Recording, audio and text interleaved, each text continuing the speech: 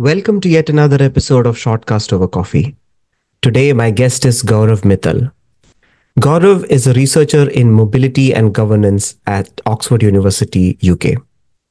His research interests lie in the intersection of urban transformations, political economy, and transport governance. He works on investigating the policies that shape material urban mobilities in small and medium sized cities in the global south.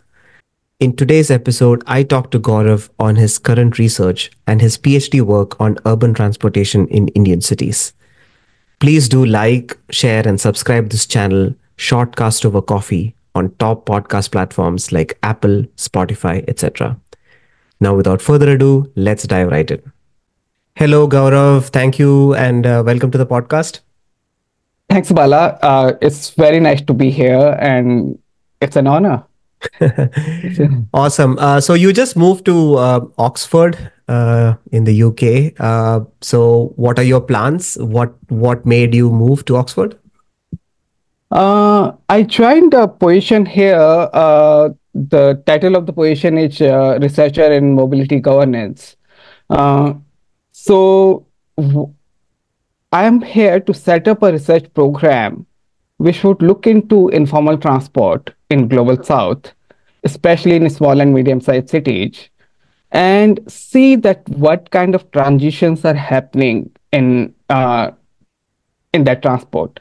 And when I say that, it's mostly looking at the politics of transport and also what kind of sustainable transitions are happening, how technology and politics get interplayed with each other in implementation. So that's something which I would be working on in Oxford. Fantastic. I was speaking to Dr. Shruti Rajagopalan from the Mercator Center in George Washington University. Sorry, George Mason University. I don't know why, but I always get confused between the two. But she is a leading researcher, public policy expert, economist, and she researches a lot about India as well. Yep. With many other things that she does. And I had this question to her that why research on India while living in the US? And I would like to pose the same question to you. I mean, just to get sort of a perspective as to how you look at things from, let's say, living in the UK, and looking at what is happening in the South, right? In South Asia is what I'm presuming you meant by that.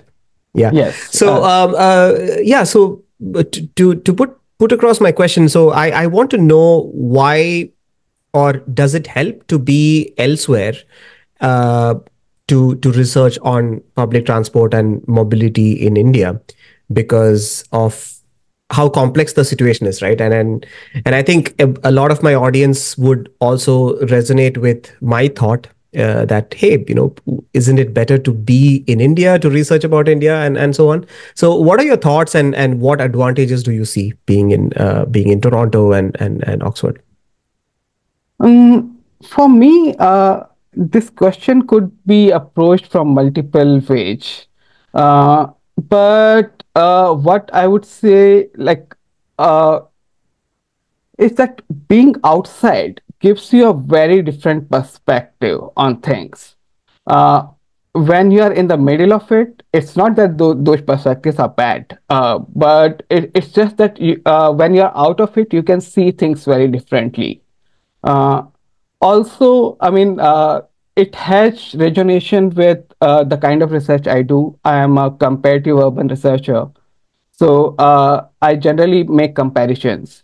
And I take a point which is developed by a Japanese philosopher, Karatani. What he says, parallax view.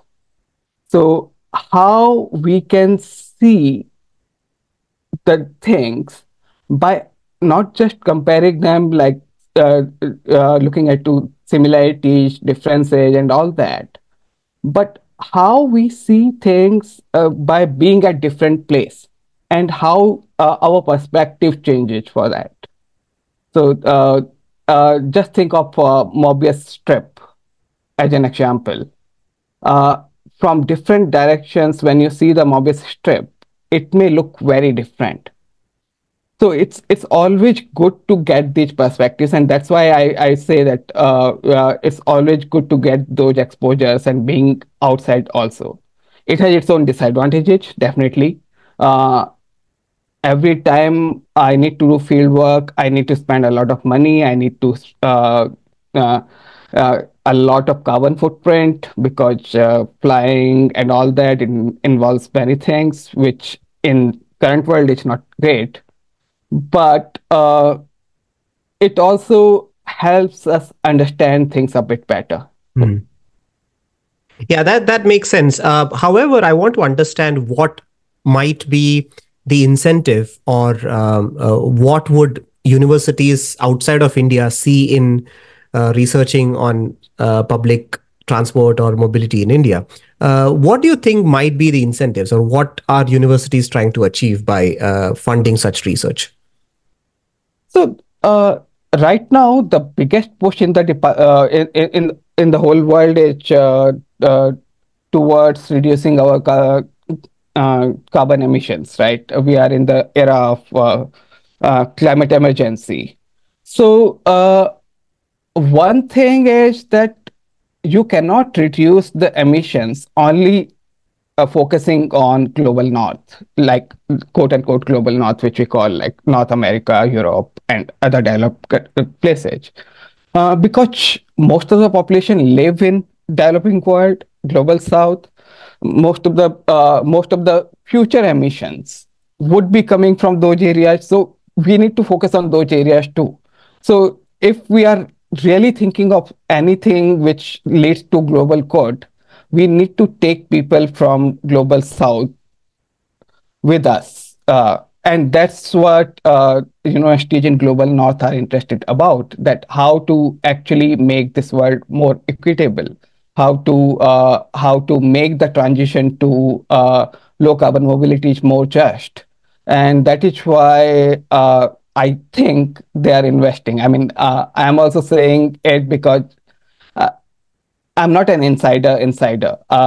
I'm a global south person who's living in global north. So I believe that at least that is the agenda of the university of hiring people like me. Yeah, yeah, that actually makes sense now that you say it, or now that you put it this way, is because we only have one planet, and we all take in different pieces of the planet, and fortunately or unfortunately, different countries are blessed with different resources, and some of the ones who were blessed with a lot of resource just used it to their advantage, and but at this time it's probably high time, or like how you put it, it's climate emergency, right? Yes. To reduce carbon emissions. So I think the stakes are for us all, and I think it's on everyone's advantage if we could reduce carbon emissions. I Go, just want to, sorry, just wanted to put a caveat in that it's all not rosy thing also. That it's also a lot of it also comes from geopolitics, soft power, all those things. Who is producing knowledge? Why knowledge gets produced only in global north institutions? Because in some sense there would be some claim on that knowledge also.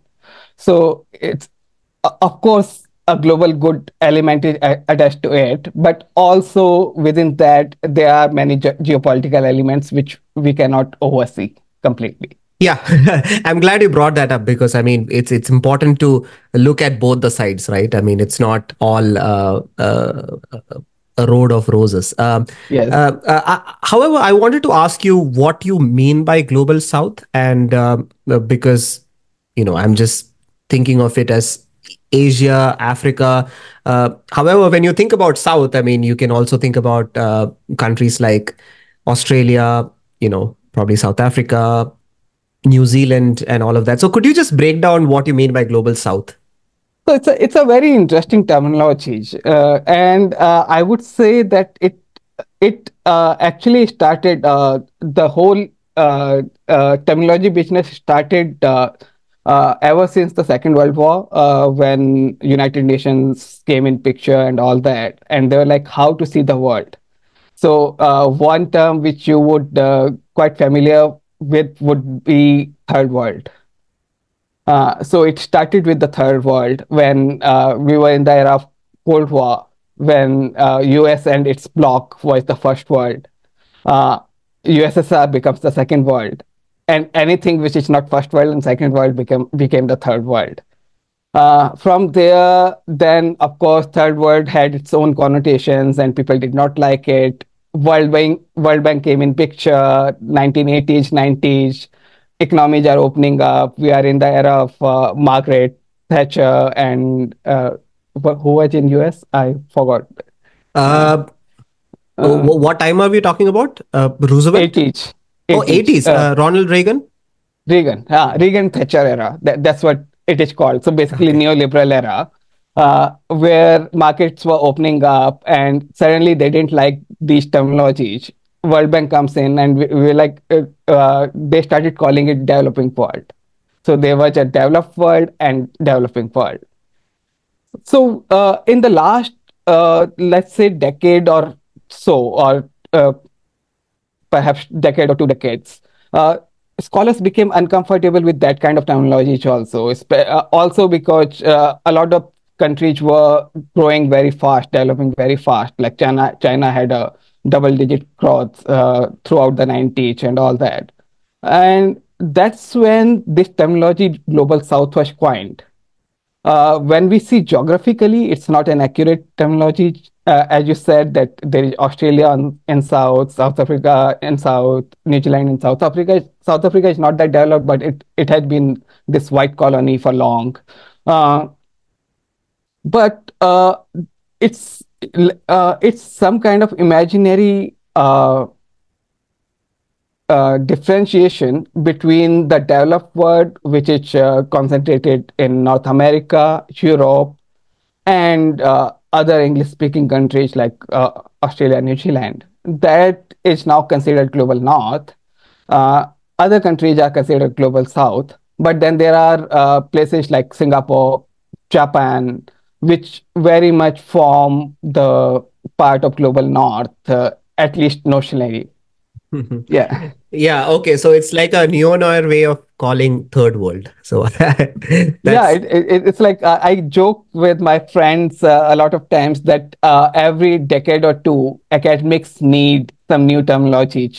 It helps in some way because it nuances the problems, but it doesn't solve the problem. yeah.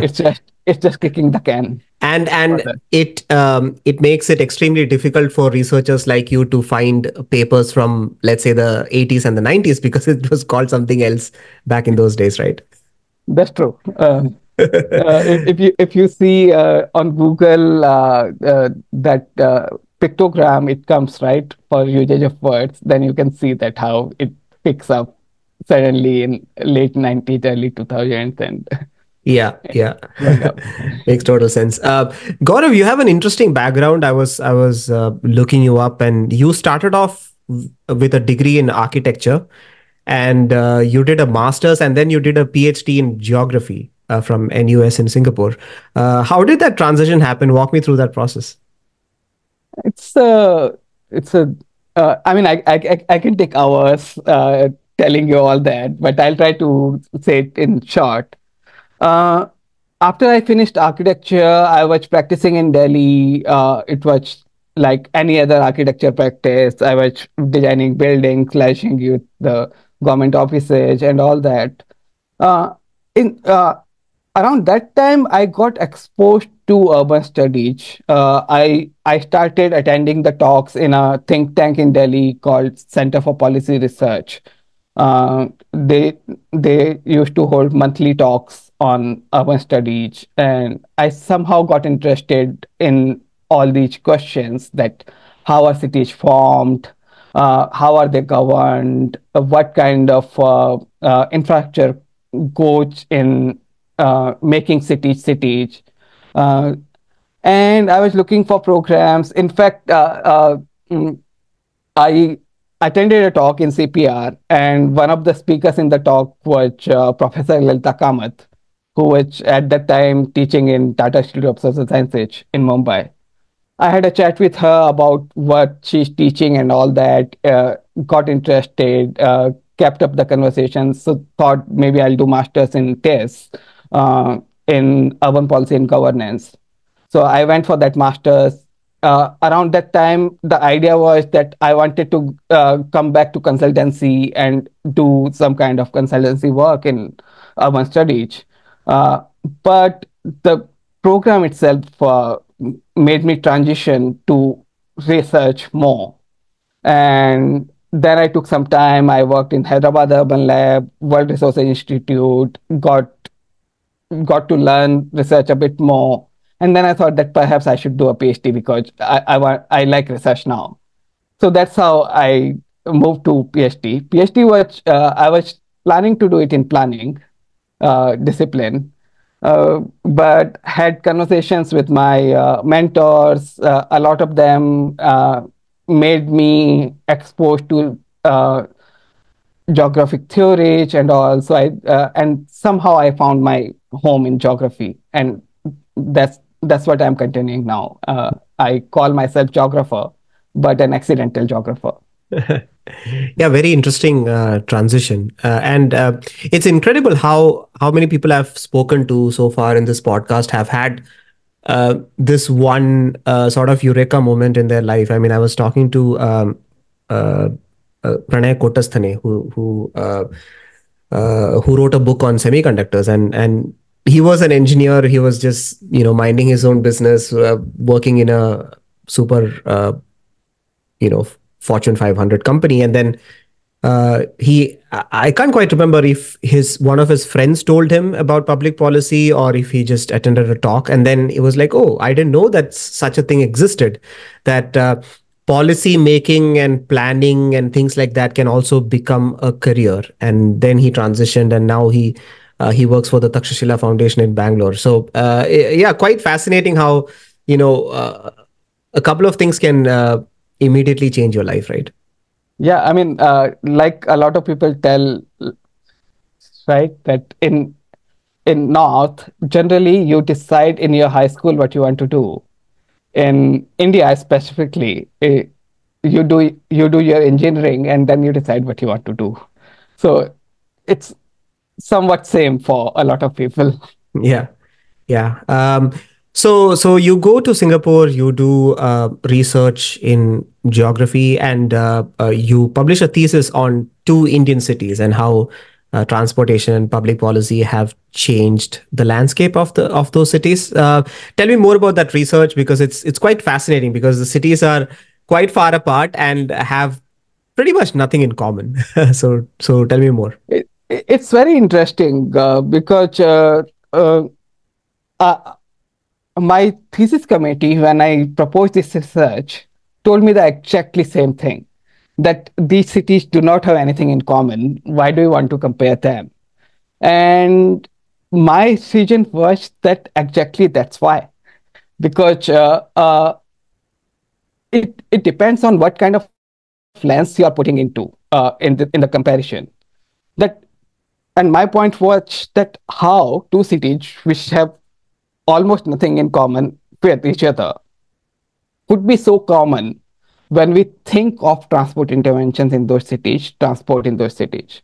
For an example, uh, in Dehradun, if you go, you will see that public transport is provided by something called Vikrams, which are the shared three wheelers, slightly bigger size three wheelers. You will also find Tata Magics, four wheeler trucks. You will find city buses, which are run by private players, individuals generally. You will also find e rickshaws. And all of these vehicles are competing with each other in providing the transport services in the city. You go to Shillong, the vehicles change. So in Shillong, you will find shared taxis, mostly Maruti 800s kind of taxis. You will find old city buses, which have been running in the city since 1940s. Uh, you will find JNN buses, which were bought at the time about a decade back.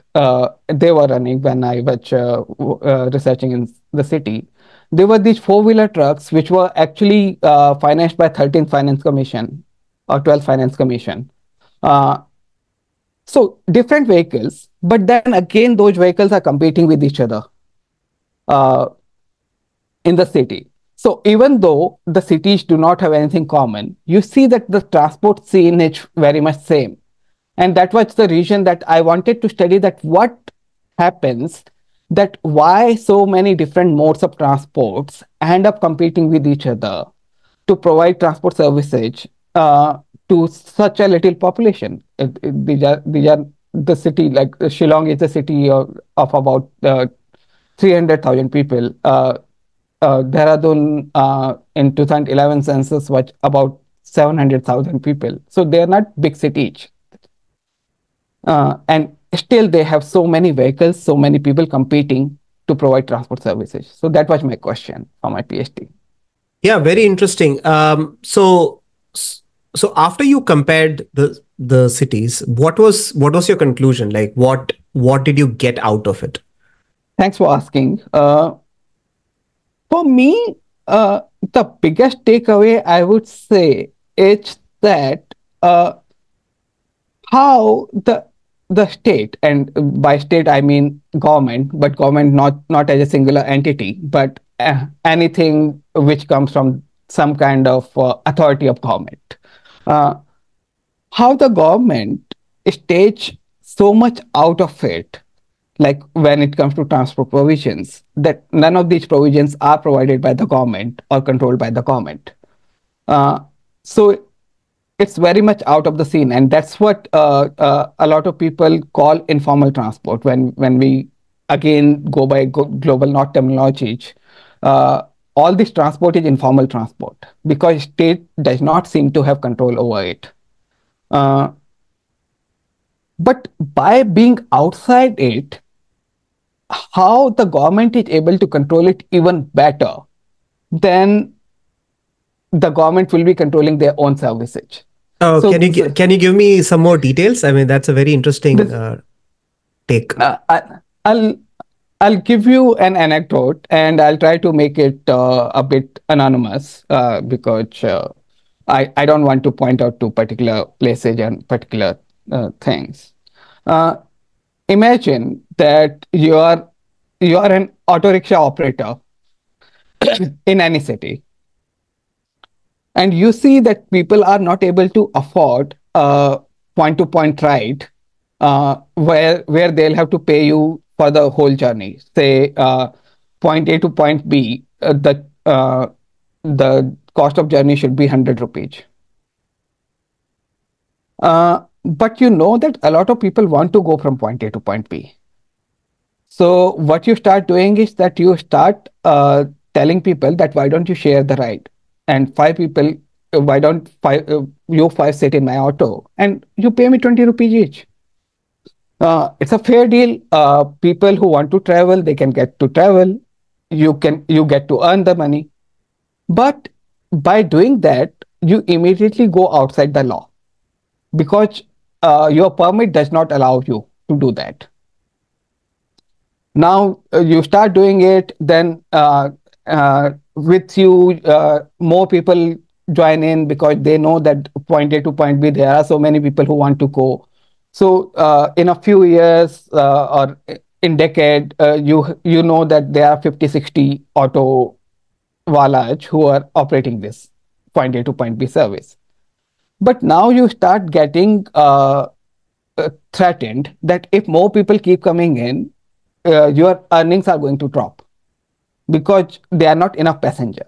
So what you start doing is that you start guarding the entry. If someone else is coming in, you will say that no, no, no, you cannot operate here, go somewhere else, and all that.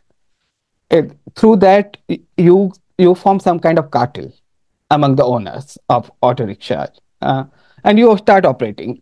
You are providing services and everything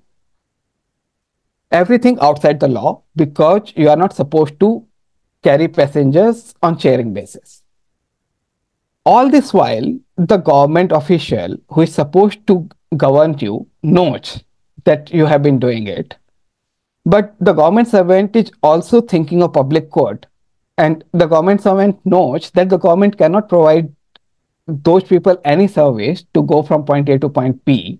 And they anyway have to go. So they will say, auto rickshaw wala, okay, why don't you keep providing it? When they form cartel, government officer will think that it's good that they are forming the cartel because it will be easier for me to regulate them. uh, I won't have to deal with 60 different people. I will just deal with one person who will be the leader of the cartel, and I can ask him uh, to provide the services the way I want him to provide.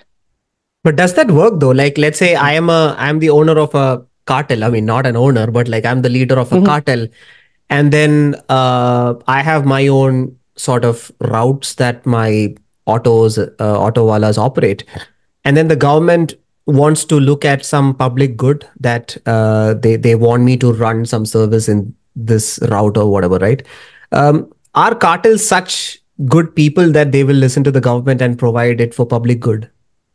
So it's a the thing is that I don't like to use the word cartel, especially in Indian context, because they are very different than African context. Right. In Africa, you would see that there'll be a lot of murders, uh, mm, a lot of violence, which will be attached to transport industry. In India, the transport industry is not that violent. In fact, I would say almost not at all violent. Uh, so uh, it's not you may be a leader of cartel, but you know that you have to operate on the streets, and there are many ways for the government to impede your movement. They could put the traffic police um, against you and all those things. So it's a power play basically. What happens between the government and the cartel? Government needs these auto rickshaws to operate because if they will not operate, public will be inconvenienced. But at the same time, auto rickshaws also require some kind of government support, which cannot be a formal support, but informally so that they can operate peacefully. So that's where the equation work between the government and the autowala. Generally, we think that it is a symbiotic kind of relationship that you give something, you take something. That's how it would generally operate. Hmm. But we forget that at the end, it is the government which who has the power. It Right. In the end, it is the officer the government officers who decide that okay, if I want, I can stop you tomorrow from operating. And these we can call them cartel, we can call them whatever, but it's not that these people who are operating auto rickshaw they are uh, filthy rich. They are not even rich. They are somehow making their livelihood. So even 1 day of operation or 2 days of operation, if they cannot do, it affects their livelihood. Right. So in that way, they remain controlled by the government. Although they are outside the government, they are operating separately. But the government officer would have a lot of say in how the services should be operated in the city. And that's why I say that even though government does not control it, government remains in the control of Hmm. transport. Mhm. Yeah, very interesting because government also sets rules like minimum rate and all of that, right? I have a interesting story to tell. So I am from Kerala, and the funny thing about Kerala is there is almost no system of shared auto. Okay, Mhm. so what you have is like a meter, and the driver will set the meter, and there is a minimum rate, and then per kilometer there is like a Mhm. additional charge. So for almost probably like the 18 19 years of my life, I had never traveled in a non shared auto. Okay. And then I moved to the north, and then I moved to Hyderabad after that. So what I see is that there is only shared auto, okay, for the most part. uh, yes, you can hire an auto to go from the airport to your destination or whatever, but then there is no concept of meter, right? They will just charge, and then you haggle your way down and just reach some mutual consensus. But then, so I used to live in a particular place called Kukatpalli in Hyderabad, and then Mhm. my office was in high tech city, which is about, I would say, about 5 kilometers or probably 7 kilometers, around that range. So there was a shared auto point to point service between Kukatpalli and high tech city. Okay, which essentially means that it's a bus service, right? I mean, Yes. Yes. uh, Exactly. but what happened was that these two neighborhoods in Hyderabad are extremely dense, and there are a bunch of people moving from these two places because high tech city is where all the employment is.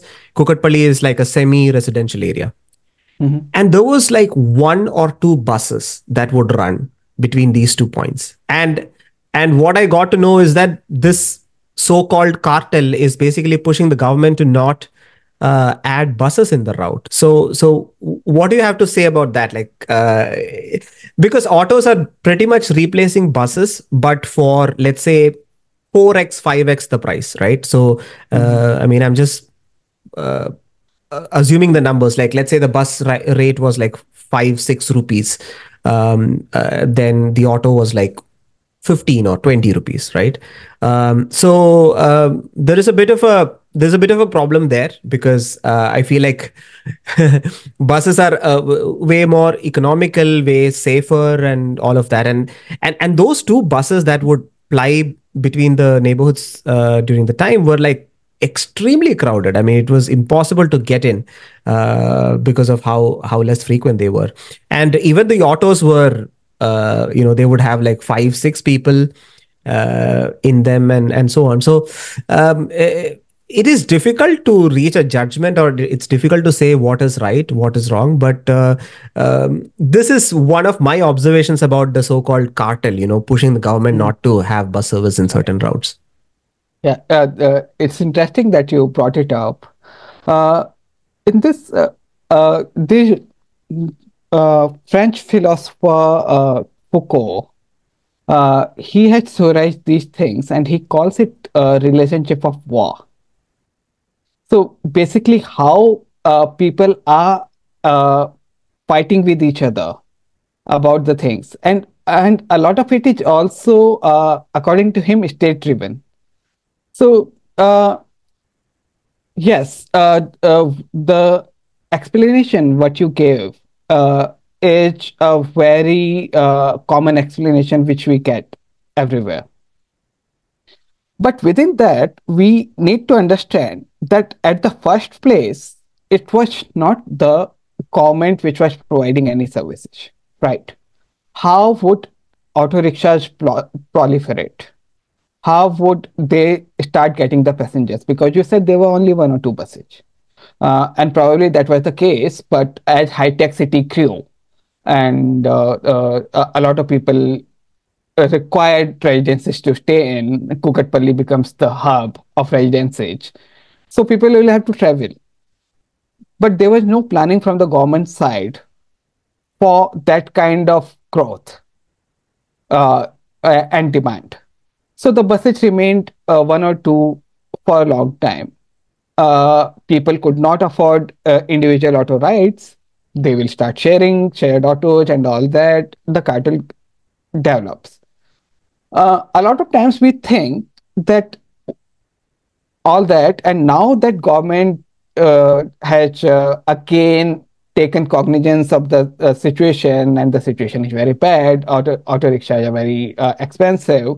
So government can actually do that. They can start increasing the frequency, but we do not take the politics of it into the consideration, because now the livelihood of 100 auto rickshaw operators who are operating in that area is also on the stake.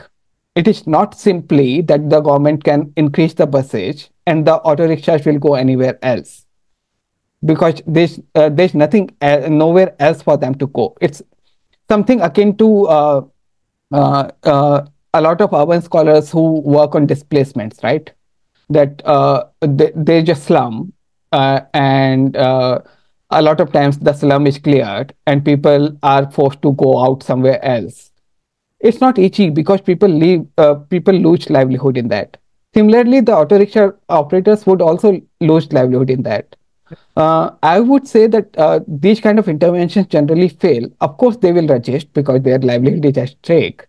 But it is also because the government does not take them into consideration when planning for alternative services or alternative ways to provide services. If there are enough consultations, I'm sure that something could be worked out Mm. from these situations. So the way I see it is, I think you bring up an interesting point where these places were sort of in the middle of nowhere back in the day, right? When the planning was Yeah. done, and then eventually they grew, because land was cheap, and then the autos made their way because people had to travel.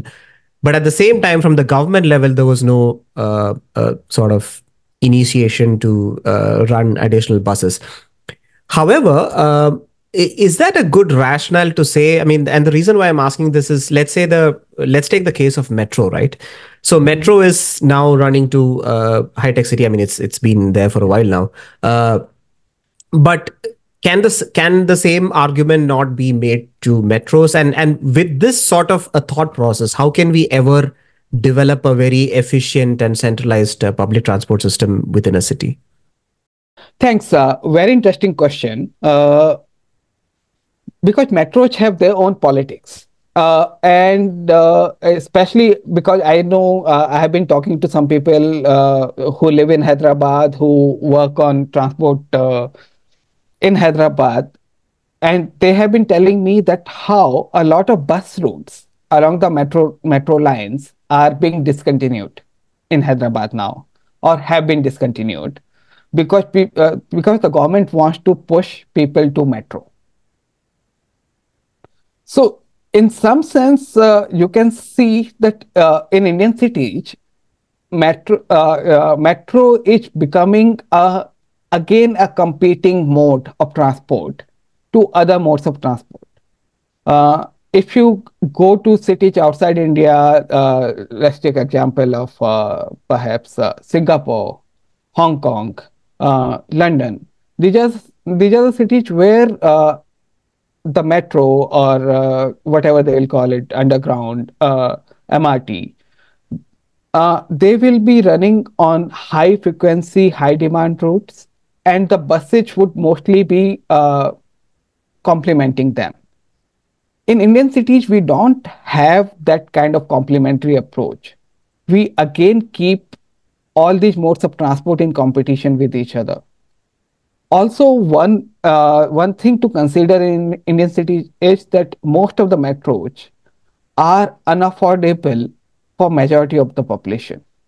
The fares are very high. Many people cannot afford it. And if you actually discontinue buses on the same roads, uh, a lot of people end up walking long distances. So definitely the cities need metro as they are growing in size, and there is a lot of demand. But we need better planning where the transport systems in Indian cities can actually complement each other instead of competing with each other. And Hmm. I don't see that happening. I see. So I think in a way you're saying that, hey, from the station, from the metro station, there needs to be like a mini transit hub, which can complement people who finally end up at the station to do their last mile transport, right? That is one thing, but that is not the only thing. We actually have to integrate fares across the modes. Uh, we cannot expect people to keep paying at each distance. And for an example, if I have to move 5 kilometers, Right. but I have to take an auto rickshaw to metro, from then I have to take a metro ride, and then again auto rickshaw, shared auto rickshaw. I don't want to pay 100 rupees for that. If I take a auto rickshaw directly, perhaps I can. Uh, hire a auto rickshaw directly, not even shared auto rickshaw, perhaps I can reach the same distance for 80 rupees. So by doing that, it just becomes too expensive for people to travel. And metro again, I'll say metro fares are really, really high for an average Indian person to travel into. Hmm. Yeah, that's an interesting point. I mean, however, that also makes me think about what happened with smartphones, right? So, let's say in 2003, 2004, we would all get phones worth, uh, I don't know, 2,000, 3,000 rupees. Probably not 2,000. I mean, like I'm talking about like 2009, 2010, right? We would Mhm. get those Nokia phones worth 3,000, 4,000 rupees, and then suddenly there is this huge shift with smartphones where people are paying like 30,000, 35,000 for a smartphone. And at the time we would always think that, hey, who's going to pay that high for a smartphone? However, once people start to realize the advantages, the multi functionality of smartphones and all of that, then now paying 30,000 rupees for a phone is not abnormal. So I don't know. It's just a thought, but maybe that'll similar things will happen with a metro, because people will soon Mm, start to realize that it's cleaner, safer, no, hassle free. Yeah. I'm not that optimist Hmm. about it, because it is not just a matter of choice.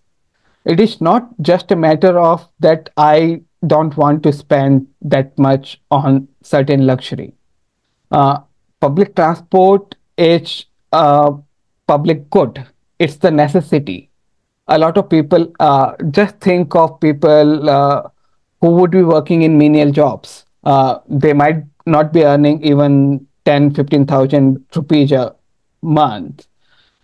It would not be that suddenly they will start earning 40,000 rupees a month and they will be able to afford metro. Hmm. Also, one thing which we have to understand even in the smartphones is that people who are now affording 30, 40,000 rupees smartphone, they perhaps started with a smartphone which was 5, 6,000 rupees. So smartphones were very expensive, but there was it was free market, of course, and a lot of innovation went into smartphones. That smartphones were first made cheaper. They became very cheaper. A lot of people got introduced to smartphones at a very entry level models, which came around 2012, 13, 14. Uh, and then gradually, when they understood that they need a better capacity, they need a better RAM, need a better display, and now they can afford it. So they are buying expensive phone. So that's what happened with the mobile phones. I don't. I I cannot see a parallel with Metro in that Yeah, yeah, case. yeah. I mean, the other thing that can be done is I think they did that in Delhi where women were allowed to travel free in buses. So something like an income-based, subsidized travel passes for metro. I mean, I completely agree with your point that it needs to be unified in the sense that, let's say, if there is a metro corporation that's doing the train services in a city versus a BMTC in Bangalore or a Hyderabad APSRTC in Hyderabad, uh, who take care of the bus routes. Public I mean, if transport, they have yeah. a common like a travel card which can be refilled, I'm surprised that's not the case in India. I think It in is. Bangalore you can have a card for buses. However, I don't think it seamlessly integrates with metro, or I could be No, wrong. the attempts are underway. People, I think some cards have been launched in last 3, 4 years, which are called common mobility card, which can be used and all that. So again, all these things will actually help middle class for sure. The white collar population would be very happy with it. But we again forget that a lot of people are even below that threshold. A lot of people still work on cash for their daily transactions. They are not the people who would recharge a card for 100, 200 rupees and leave it and keep using it. So these steps are great, of course, and we should have these common mobility cards and all that. But we also need to make transport affordable for the larger population. Schemes like free buses for women definitely help, and there have been studies which have been done in Delhi that how it makes life of women slightly more easier, especially domestic workers. Uh, uh, Yeah, I'm not a huge second, supporter of that program that it was completely blanketing all women. It should have been income based or something. But yeah, I mean, it's but still some step in the good direction. Yeah. no, but the issue is that it's not easy to put any income-based criteria in India because Mm. a lot of India operates in informal economy. So most of the times, income-based criteria generally fail. I mean, they may be successful to an extent, but they are not foolproof. I mean, I would actually say that we can even experiment something like Tallinn. Tallinn is the capital of Estonia, and public transport is free in Tallinn for everyone. Uh, Luxembourg, public transport is free for everyone. They have been, I think, right now there are more than 150 cities across the world where public transport is free. How are Uh, they doing it? What's the business model, or what is the model? Not business model, but yeah. so the thing is that the transport nowhere, uh, public transport nowhere uh, covers the whole operation cost. So governments uh, everywhere subsidize public transport. The issue is that, of course, in India, government did not put as much money, and that's why the transport did not grow at the rate it should have grown because uh, uh, government was not putting much money. But government anyway puts money in public transport, so a lot of money anyway comes from the exchequer. So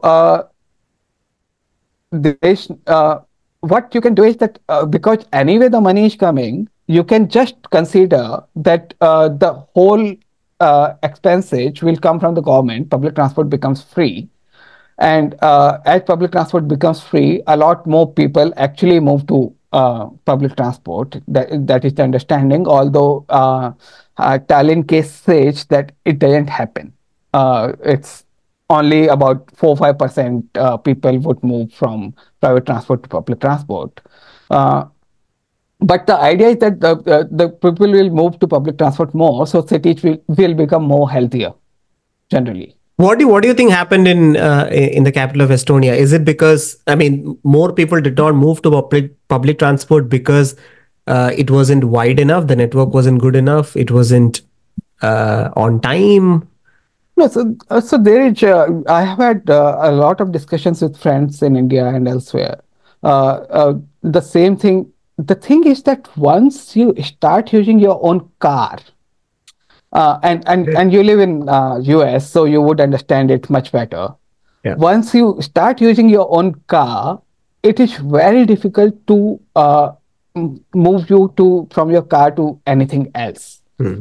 uh, anywhere in the world. You know, So I have to say this. So I used to have a petrol car before, and like there was the sense of burning fuel to transport yourself, kind of a thing. And then my employer had this card where I could take the train, so I used to take my bike, go to the station, put my bike in the train, and use it for last mile transportation. It worked well in summers, but in winters it's kind of difficult. However, having said that, I think it's a me problem. I don't think biking in winters is a problem, because every city in Europe, like, you name it, right? Denmark, Finland, all of them bike yes. like copious amounts of hours every week. I mean, it's not a problem. I think it's a me problem. However, now that I moved to an electric vehicle, I'm not I'm not as like, I don't have that guilt feeling, and I drive my car a lot more, which is again not not the best thing to do. However, in my defense, I have to say that public transport in the US is terrible. It's not reliable at all. I think, I mean, especially if we talk about railways, right? If India is where it is now, I think US railroads are probably 50 years behind. And like No, you will still see wooden railings on wooden sleepers on railing on rails, yeah. on tracks. And I mean, they are electrifying the commuter rail now, and it's Mm. already 2024. So it's a very difficult situation in the US, except probably New York or Chicago. But I think you are extremely right in the sense that, you know, car does the whole point to point thing, right? And I've told a lot of my friends to try to use the public transport, and what they say is that a lot of the times when they get off work, they have so many pit stops to make. They have a dance practice, they have a yoga class and all of that, and for that cars are more helpful or whatever. But yeah, it's difficult. I think one of the problems that US faces is big cars. I think, Yes. I don't know why everyone goes for SUVs and these gas guzzling sports cars. Whereas I think in, you know, I don't know, probably 95% of all your trips on a daily basis is probably under 35 to 40 miles, right? Maybe you will take that one odd road trip. And for Mhm. that one odd road trip that you're going to take in a few months, once every few months, why do you need a gas guzzling SUV and an all wheel drive and all of that? It doesn't make sense. But having said that, you know, the weather, I mean, a lot of places in the US, there is snow, and, you know, navigating through snow, having winter tires and all of that is very difficult. So yeah, I mean, I think geographically and climate wise and weather wise, there is a lot of challenges. However, you know, I want to ask you, you know, since you focus on the global south, can you give me an example of a city that has actually gotten it right?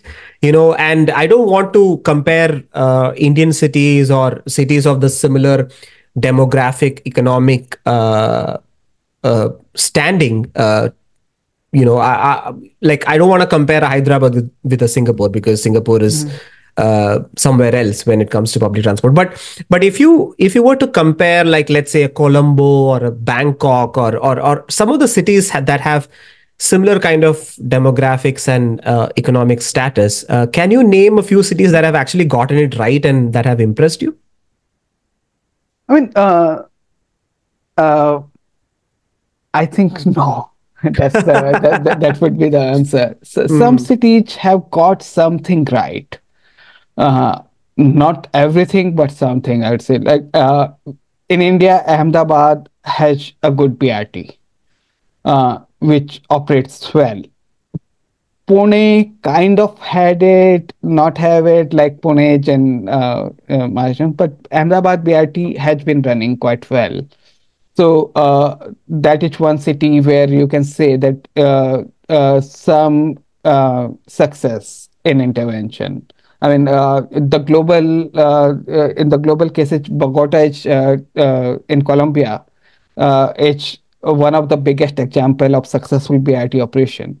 But if you talk to my Colombian friends here, and they will tell me how many problems are there in that system, and how that system is also not like on the stretch where the system is, it is everything good. But as soon as you move beyond the stretch, things are not very great. So those kind of problems. Uh, in fact, I would say that uh, world over, uh, the the cities who have actually got it correct, uh, there are only three cities which will come to the top. That those will be London, Hong Kong, and Singapore. They are the three cities where you will face the least amount of problem. They will also have their own problems. London transport is super expensive. Yeah, Uh, I have heard that. Yeah. yes. So it's not cheap. Singapore and Hong Kong comparatively are cheaper and better. But then again, those are city states in some sense. The government can control things much more easier in those places. So yeah, I mean, it's all work in progress everywhere. We are trying to win one battle at a time, and Mhm. uh, What about micro mobility ideas? Like, let's say, for instance, places like Copenhagen or Amsterdam, which are very bike heavy and use electric bikes a lot, especially for like those 3-4 mile radius, running errands and all of that. So, mhm. so do you think micro mobility can tackle a lot of these challenges? Uh, yes, but it also depends that what kind of micromobility. If Mm, you see both Copenhagen and Amsterdam, uh, most of the trips are still by bicycle, pedaled bicycle. It's not electric bicycles. So some people are taking up to it. Some people are getting into hybrid, but most of the people still take trips on pedaled bicycles, and I think they are great. Bicycle sharing system and all that. I'm not that keen on electric scooters for the reason that I think they have a severe impact on the health of population. Uh, there is a direct correlation between using these kind of modes and obesity, because you would realize that people do not even take 10 steps if they own e-scooters and all. And walking is very important for us in general, and exercising when we are actually commuting. So of course they make things easier, but from health perspective, I would say that pedaling, walking, these are the modes of travel which we should be relying mhm. on, especially for 2-3 miles kind of Right, distance. right. To your point about people not using, not walking or not pedaling enough. So electric bikes have like different classes. So there's like a class A, class B, class C. Uh, so I think the majority of the e-bikes come under the so-called hybrid category, which is like you Yes, have to pedal to exactly. move, and Yes. then motor is only an assist, and Mhm. it cannot go beyond, let's say, like 20 miles per hour or Yeah. 22 miles per hour. Yeah. So I feel like, I mean, personally, I'm a fan because you pedal a little bit, but at the same time, you don't reach your destination all, sweaty and tired and all of that. But at the same time, you burn enough calories. However, having said that, your coverage area goes up by like 2-3 miles more because of that motor assist. So, yeah, Oh, interesting. definitely. I am all for hybrid bikes. Right. There, especially if you have to climb a hill or something which you would not be doing otherwise. They have many functions. So hybrid is good. I'm very pro hybrid, but Yeah. I'm what I was telling is the e-scooters, Yeah. which which have been taking over I think that's a very good point because e-scooters like the Lime scooters and Bird scooters that Yes, you see here, they are extremely unsafe. I yes. mean, they are okay to ride on a casual, promenade or like an embarcadero by the beach. But at the same time, if it's a highly dense area with a lot of traffic, it's extremely unsafe. It has no shock absorber whatsoever, so you will feel all the bumps, and your arms are going to hurt. So And yeah, the wheels are so small that right. even the smaller bumps, you don't know, you can just get stuck in any of that bump and you can just fall off. Uh, Yeah, yeah. I mean, they are fun for like, I don't know, a few Joy feet, but rides. yeah, yeah, that's about it. Yeah, I'm Yeah. not I'm not a supporter of those either because and especially in the US where there are these so-called stroads, which is like between a street and a road, which Yes. have 40 to 45 miles per hour speed range, and I see a lot of people, some with helmet, some without helmet, but I don't think it matters in this case, but they ride these electric scooters very close to the cars, and a lot of people here are not aware of bicycles on the road. Like they are still Yes. warming up to that idea that people can actually bike to work. So Mhm. in a situation like that, a lot of people are not aware that there could be a bicyclist, and just that wind, when a car goes at a rate of 40-45 miles per hour close to you is very scary. So yeah, not a fan of electric scooters, but yeah, definitely I think micro mobility with hybrid bikes and the unification of like multimodal transport system can go a long way in making our cities more sustainable. And well, Gaurav, thank you so much Thank for your time. I think it was very interesting talking to you to get a lot of different perspective, especially from the side of a researcher who has worked in this field for a long time. So, all the very best for what you will be doing at Oxford, and looking forward to talking to you and also reading your work more. Thanks, Vala. It was nice chatting with you about these issues, and I hope there are more conversations around transport and cities. Absolutely. Thank you so much. All the best. Thank you.